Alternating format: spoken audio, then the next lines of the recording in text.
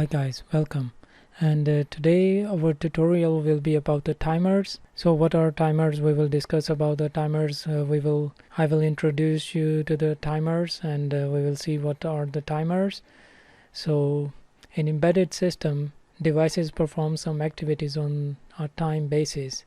For really simple and inaccurate delays, a busy loop could carry out the task. But using the CPU core to perform time-related activities is never a smart solution. For this reason, all microcontrollers provide a dedicated timer, which is a hardware peripheral. Timers are not only time-based generators, but they also provide several other additional features.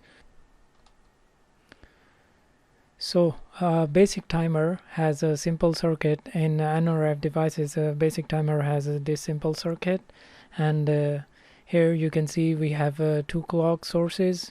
So these are clock sources which are connected with the timer. It can count the value up to 32 bits. So it has a simple clock structure, as you can see here, and we have a prescaler. The thing is, we can use the prescaler to increase or decrease the frequency of the increments. So basically it's similar to a simple counter, but it is connected with the clock. So it counts with the clock frequency, so it works in a specific time unit, and that's why it's called a timer. So we can basically use the timer to generate time basis. It can also be used as a counter as well. So our timer can be used in two modes, which is the timer mode, and the other mode is the counter mode. So today's tutorial will be about the timer mode, and we will also see the counter mode later on. We input the clock, we set the prescaler, and then our timer is started, and we can start and stop our timer, and once it counts to a specific value, the timer overflow interrupt occurs, and we clear the interrupt pending signal, and the timer starts again. So it's automatic, and once the interrupt occurs, it automatically goes into a handler, and that handler will execute the code, whatever we need to do in that interrupt, in that timing signal. So in nRF5 2832, we have 5 timers, from timer 0 to timer 4, and we have 4 channels for timer 0, 1 and 2 respectively, and we have 6 channels for timer 3 and timer 4. So basically each channel can be used independently. So we can use a single timer and compare, and we can use 4 different counter channels to count the different timing signals. So to use the timer with a prescaler, if this is a simple chart, and you can see here, if we use the prescaler as 0, so our clock will be 16 megahertz. For low power, we use low speed clock, and these are different configurations we can make with the timer. And let's see. So simply a timer is connected with our oscillator, which is at some specific clock frequency, and then this oscillator input is taken into the prescaler, and the prescaler scales it accordingly, and then we use a simple calculation to get the timing signal for a specific time. So usually the timer counts from 0 up to the specific number. For example, here in this case, this is a simple example. It's not for the Nordic, but it's a simple example to show you how the timer runs. Once we have everything set, we start up the timer, and it starts incrementing. For example, it starts from 0, and the timer resets at 255. So once it goes to 255, it's going to reset, and then an interrupt will be generated, and we will do some stuff in the interrupt, and then it automatically resets the timer, and it starts again. And of course we can stop the timer as well, and we can start it again from wherever we like. So this is the basic timer. So let's see how we can program it. Okay guys, we are going to create a new project. So first of all, go into my computer, C directory, nRF SDK, go into the examples folder, and then go in the peripheral, and copy timer and go into my projects, paste it here. Let's rename it as timer tutorial and open the folder and go into PCA10040, go in the blank and then open the SES folder and start the EM project file. And first of all, we will remove this extra code. This instruction is basically turning off the processor clock, and it's basically a low power mode.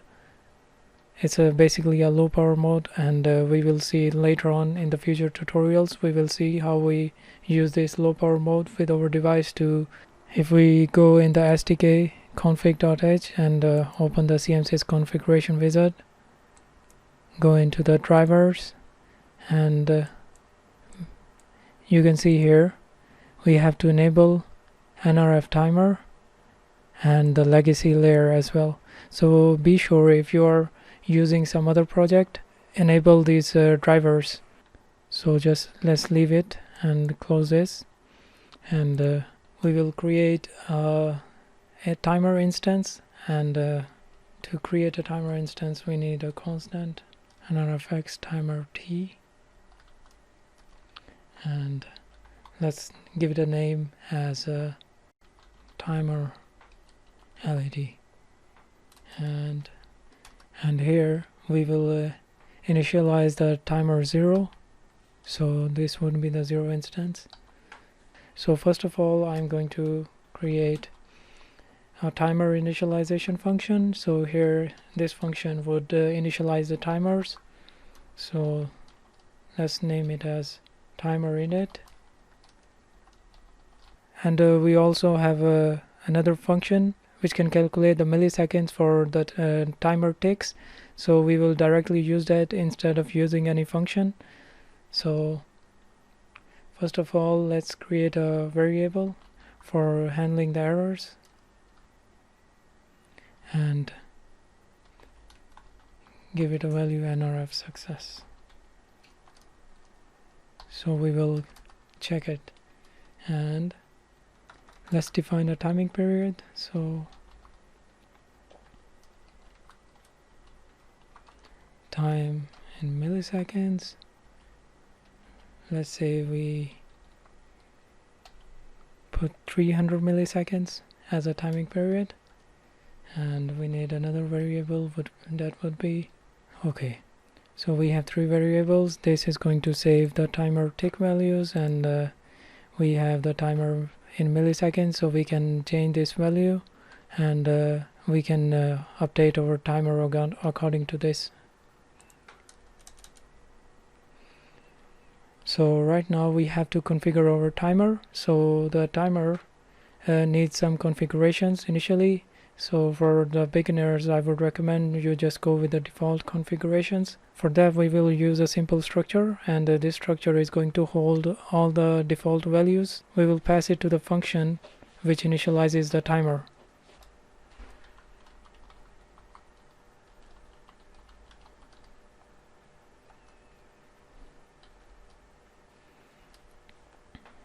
If you want to see what's in the default configuration settings, just right click and go to the definition, and here you can see the default settings are mentioned here, and they will be used from this structure.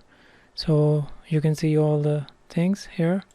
Okay, now right now we are ready to initialize our timer. Before initialization, we need to define an interrupt handler which is going to handle our timer interrupts. So we need a simple function here for that. So let's create a timer handler. So let's give it a name as timer 0 handler.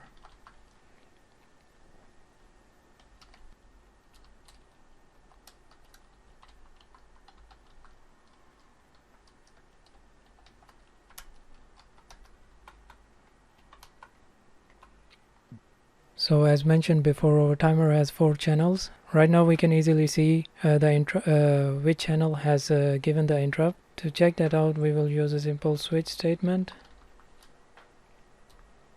and here we will use event type as our variable.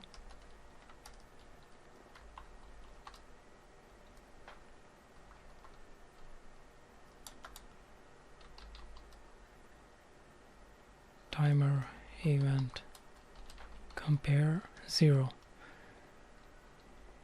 So if channel 0 is going to generate an interrupt, this case would be executed, and in this case we will use some function and then we can break.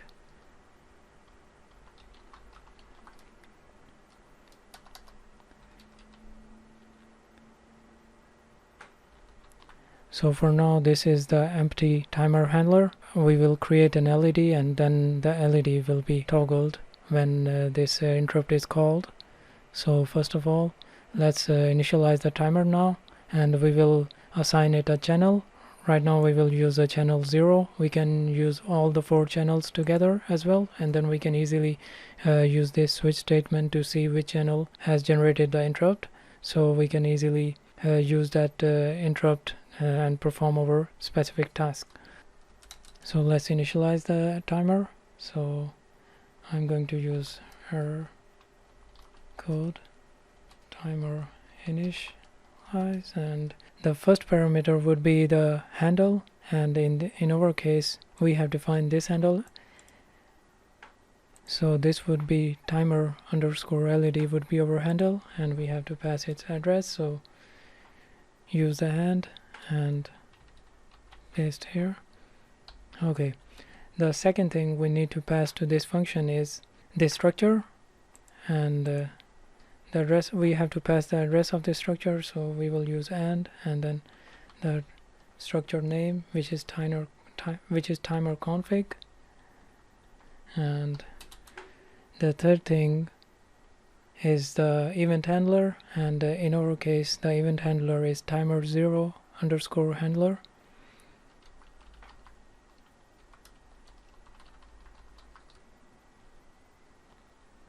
And we are good to go with this function.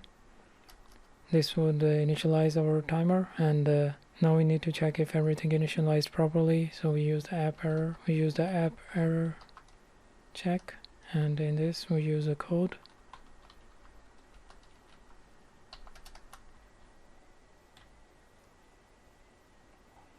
The next thing we need to do is we have to tell after how many ticks the timer generates the interrupt. So we are going to use this variable, and we will use a function that is going to calculate 300 milliseconds for us. So we don't need to apply any formula or any calculations ourselves. So to do that, let's assign it a value.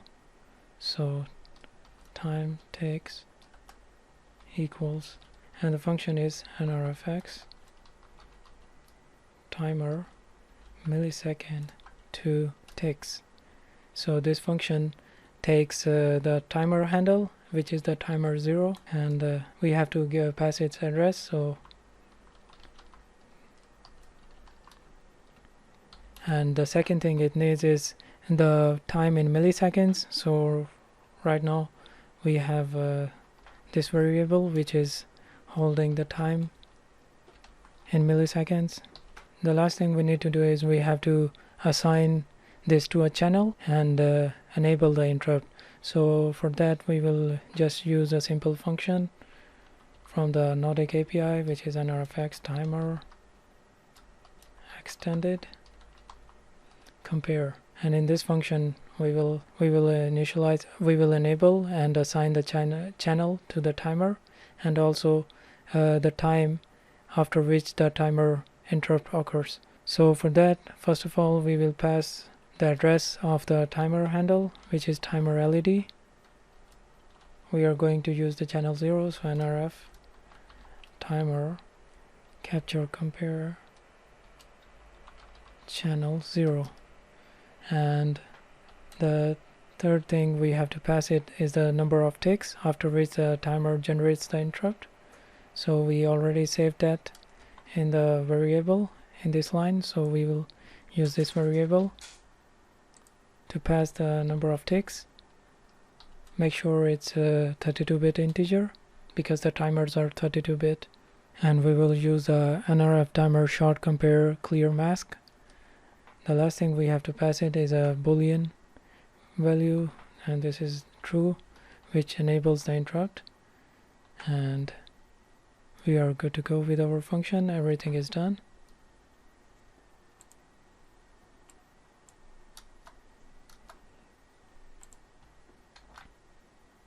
Okay, we have finished initializing the timer and configuring it, and we have the handler, and everything is done for the timer. And now what I'm going to do is I have to initialize the timer, and before initialization, let's create some LEDs so we can see what's going on with the timers. So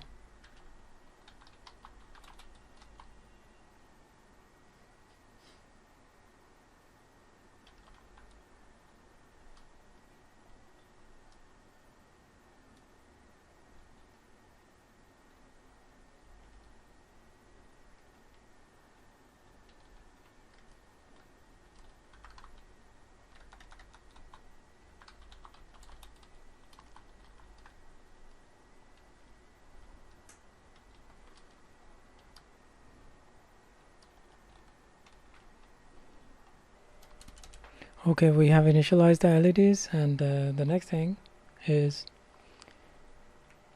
we will start the timer. So I'm just going to use this function timer init,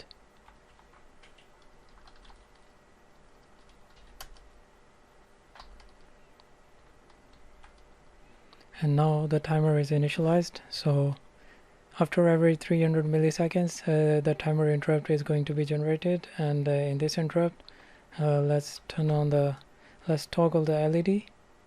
So nRF, and let's give it a LED 1, and let's toggle the other LED as well.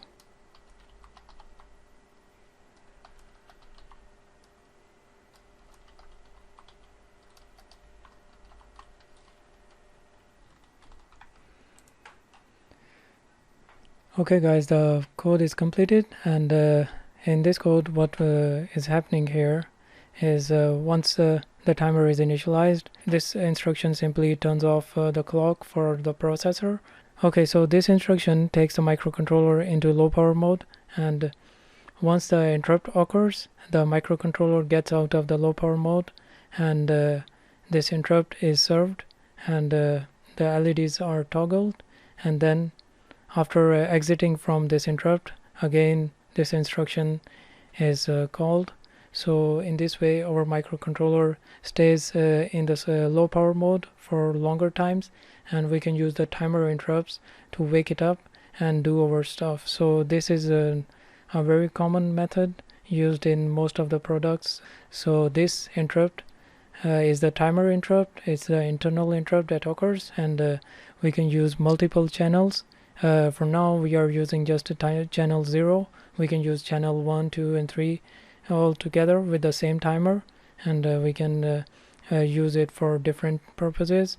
So let's compile the code. So go into the build and click on the build. Oops, I made a small mistake. LED 4 here, and let's go into the build, click on the build again here and here. One last thing to do here is to enable the timer. So we have to use nRF5 timer enable and pass it a handle, which is